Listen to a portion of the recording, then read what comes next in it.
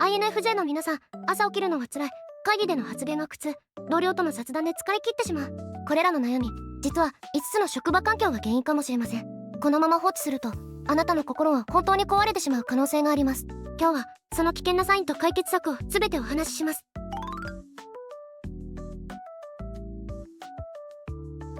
お疲れ様です。会社員ひなたです。このチャンネルでは MBTI を通して皆さんが自分らしく心穏やかに働けるヒントをお届けしています。私自身も会社員として INFJ の特性と職場のミスマッチに長年悩んできました。特に INFJ の皆さんは繊細で深い思考を持つがゆえに、職場環境が心身に与える影響は計り知れないものがありますよね。でも安心してください。正しい知識があれば必ずあなたらしく輝ける職場に出会えます。今日は INFJ が避けるべき職場の5つの特徴と理想的な環境の見つけ方を心理学的根拠と実体験を交えて詳しくお話しします。この動画を最後まで見れば、なぜあなたが疲れてしまうのかは完全に理解でき、そして具体的な解決策が見つかるはずです。INFJ の皆さん、こんな経験はありませんか？朝起きて今日も会社かとため息をつく。会議で発言を求められると心臓がドキドキして声が震えてしまう。同僚との何気ない雑談でなぜかどっと疲れて家に帰ると何もする気力が残っていない。もしかしたらあなたは私って社会不適合者なのかなって自分を責めてしまっているかもしれません。でもこれは決してあなたの性格の問題ではありません。実は INFJ には合わない職場環境というものが存在すると考えられているんです。僕もなんだか職場が合わないなって感じることがあるのだ。特に人間関係で悩むことが多いのだ。そうですよね。ずんだも INFJ の方は特に人間関係や仕事の意義を深く考える傾向もあるため、合わない環境では本当に心身ともに疲弊してしまう可能性もあります。今日お話しする5つの特徴を知ることで今の職場の問題点が明確になり、これからの人生で同じ失敗を避けることができるはずです。それでは早速1つ目の特徴から見ていきましょう。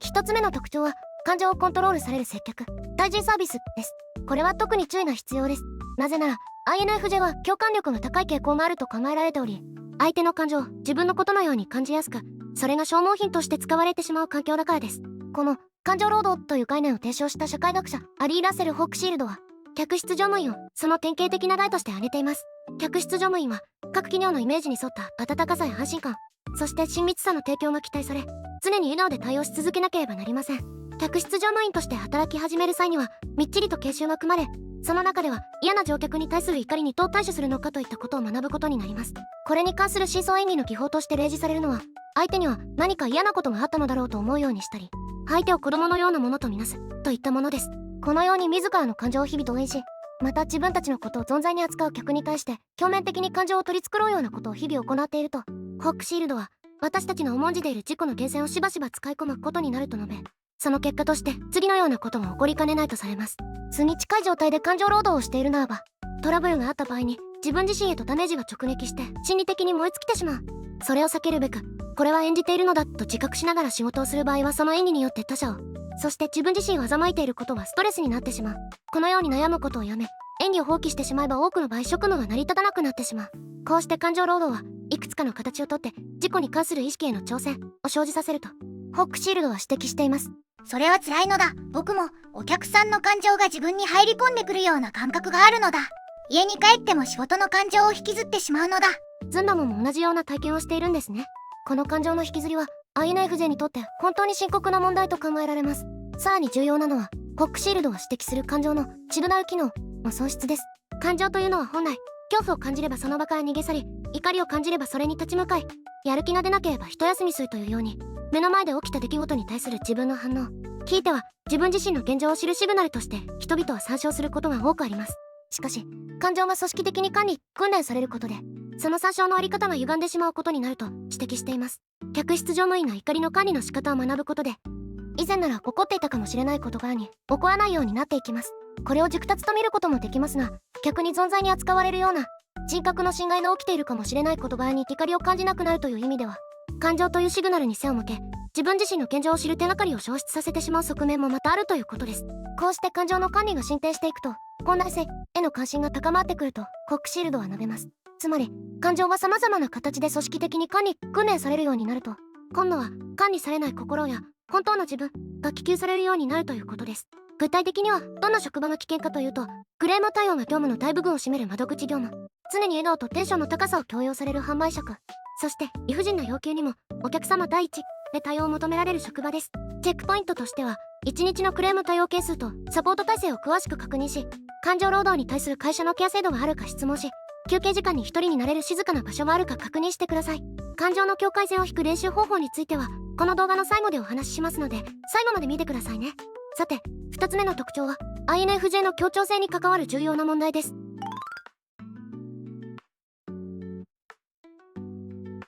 2つ目の特徴は数字とランキングで評価される競争環境です。皆さん、職場の壁に売上ランキングが貼ってあって、自分の名前が下の方にあるのを見て胃がキュッと痛くなった経験はありませんか？実はこれが INFJ にとって最も消耗する環境の一つと考えられています。なぜなら INFJ は協力的な成果創出で力を発揮する傾向があると考えられているからです。 INFJ は共同体感覚と呼ばれる心理的欲求が強い傾向があると考えられています。つまりみんなで一緒に成功したいという気持ちが人一倍強い可能性があるんですね。私の友人の話をお聞きください。彼女は以前営業職をしていた時、毎月の売上ランキングが壁に大きく張り出されて、上位3名には特別ボーナスが支給される制度がある会社で働いていました。頑張って売上を上げても同僚を出し抜いたような罪悪感で全然嬉しくなかったそうです。同僚は今月ノルマ達成できなくて困ってるのに、私だけ成功していいのかなって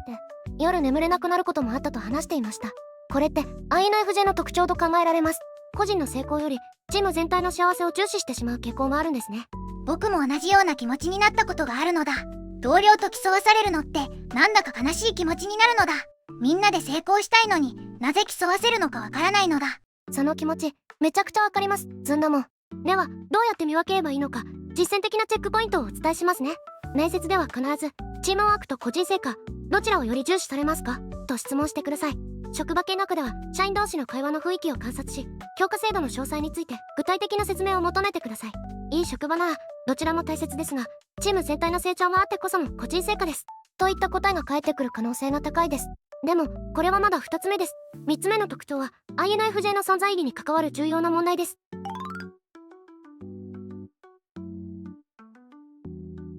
3つ目の特徴はマニュアル通りの反復作業しかない環境です。皆さん、毎日同じことの繰り返しでこの仕事に意味があるのかなって疑問に思ったことはありませんか？実はこれは INFJ にとって精神的に最も危険な環境の一つと考えられています。なぜなら INFJ は創造性と理想追求で活性化される傾向があると考えられているからです。 INFJ は物事の本質や可能性を見抜き、より良い方法を模索する思考パターンを持つ傾向があると考えられています。つまりもっと効率的な方法があるはず、この手順を改善できないかなって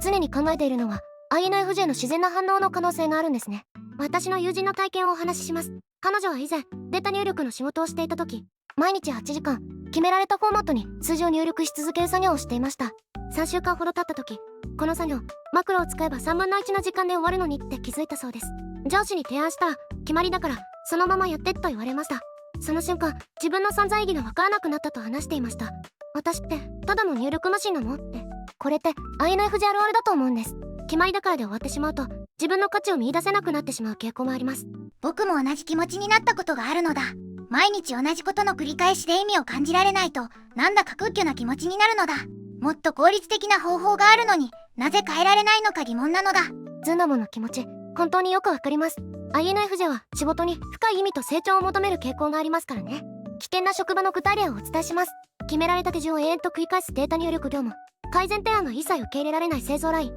そして新しいアイデアや工夫が全く評価されない事務職です。チェックポイントとしては業務改善の提案制度があるか、そして実際に採用されているかを確認してください。現場の人にこの仕事でやりがいを感じる瞬間はと質問し、研修や成長機会の具体的内容を詳しく聞きましょう。過去1年で現場からの改善提案はどのくらい実現されましたかと具体的に質問しましょう。特にないという答えが返ってきたら要注意です。現在そういう職場にいる方も安心してください。ルーティンワークの中でも創造性を発揮する方法があります。それについては後ほど詳しくお話ししますね。さて、4つ目の特徴は INFJ の価値観に深く関わる問題です。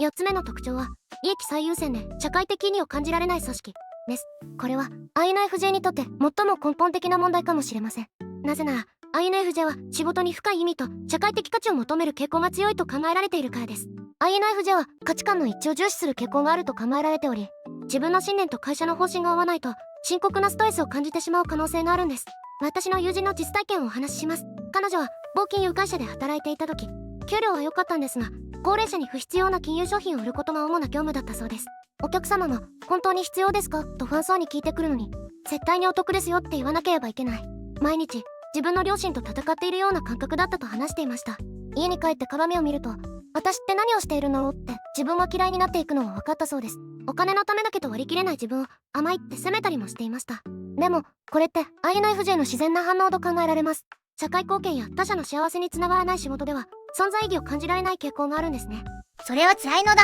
僕もこの仕事が社会の役に立っているのか疑問に思うことがあるのだ。お金のためだけと割り切れない気持ち、よくわかるのだ。ズンダムも同じような気持ちを抱えているんですね。この割り切れなさは INFJ の美しい特徴でもあると思います。危険な組織の具体例をお伝えします。環境破壊や社会問題を無視して利益を追求する企業、顧客の利益より自社の売り上げを優先する営業方針、そして社会貢献活動は全くない、または形だけの企業です。チェックポイントとしては、企業の CSR 活動や社会貢献について具体例を質問し、面接で会社が最も大切にしている価値観はと確認し、実際の業務が企業理念と一致しているか現場の声を聞いてください。どのような社会貢献活動をされていますか？それは年間どのくらいの規模ですか？と詳しく聞きましょう。この会社で働く意味を感じる瞬間はいつですか？と質問すると本音が見えてきます。現在の職場で社会的意義を見出す視点の転換方法もあります。それについても後ほどお話ししますので安心してくださいね。さて、最後の5つ目の特徴は INFJ の心の健康に直結する重要な問題です。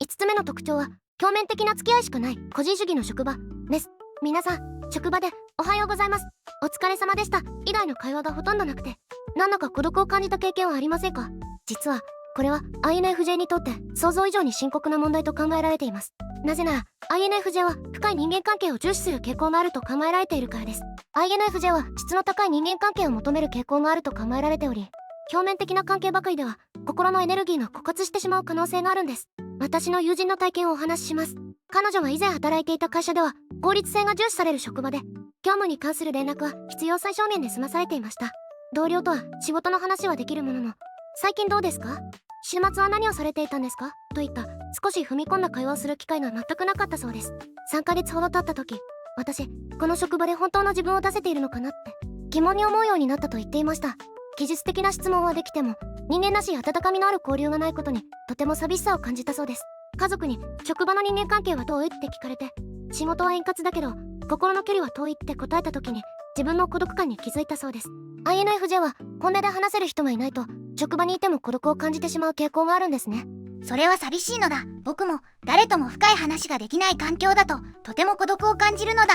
表面的な関係だけだと職場にいても心が満たされないのだ。ズンダモンの気持ち、痛いほどわかります。 INFJ にとって深いつながりは心の栄養のようなものですからね。挨拶以外の会話がほとんどない職場、業務効率のみを重視して人間関係が軽視される環境、そして困っていても助け合う文化がない極端な個人主義の職場です。チェックポイントとしては、職場見学で社員同士の自然な会話があるか観察し、チームワークを大切にする具体的な取り組みはと質問し、メンター制度や相談しやすい環境があるか確認してください。業務以外の雑談やお互いを気遣う声かけがあるかが重要です。歓送迎会や懇親会などの制度があるかも確認しましょう。現在そういう職場にいる方も希望を捨てないでください。職場で信頼できる一人を見つける方法と INFJ らしい人間関係の築き方があります。それではこれまでお話しした5つの特徴を踏まえて INFJ が本当に輝ける職場環境について詳しくお話ししていきますね。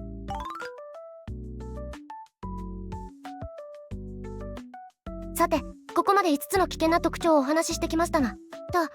INFJ はどんな職場を選べばいいのって思いますよね。安心してください。 INFJ が本当に輝ける職場環境には明確な5つの特徴があると考えられています。1つ目は協力的な文化です。チーム成果を重視し、助け合いが自然にある職場、個人の成功がチーム全体の成功につながる環境ですね。2つ目は感情的な安全性です。本音を言える雰囲気と適度な休憩環境がある職場、感情をリセットできる静かな場所があることも重要です。3つ目は創造性の余地です。改善提案や新しいアイデアが歓迎される職場、あなたのもっと良い方法があるはずという発想が評価される環境です。4つ目は意味のある仕事です。社会貢献や顧客の幸せにつながる実感がある職場、利益だけでなく価値創造を重視する組織ですね。5つ目は質の高い人間関係です。深い話ができる同僚や上司がいる職場、お互いの成長を支え合える関係性がある環境です。実践的な転職チェックリストをお伝えしますね。面接で必ず聞くべき5つの質問。チームワークと個人成果、どちらをより重視されますか？ストレスケアやメンタルヘルスのサポートはありますか？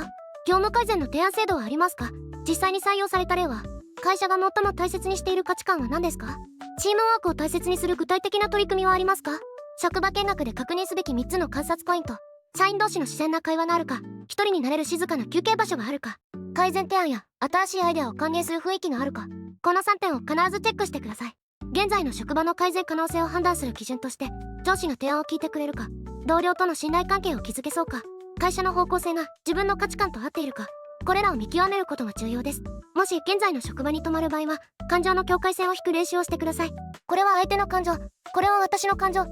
意識的に区別する習慣をつけましょう。ルーティンワークの中でも創造性を発揮する方法もあります。小さな改善から始めて徐々に提案の幅を広げていく。そして副業で自己実現の場を作ることも重要です。価値観の合わない職場では、この仕事が誰かの役に立っているという視点を見つけてみてください。直接的でなくても間接的に社会貢献している部分があるはずです。とても具体的でわかりやすいアドバイスなのだ。僕もこれらのポイントを参考にして自分らしく働ける環境を見つけたいのだ。ずんどももきっと素晴らしい職場に出会えますよ。INFJ の皆さんも諦めずに自分らしく働ける環境を探してくださいね。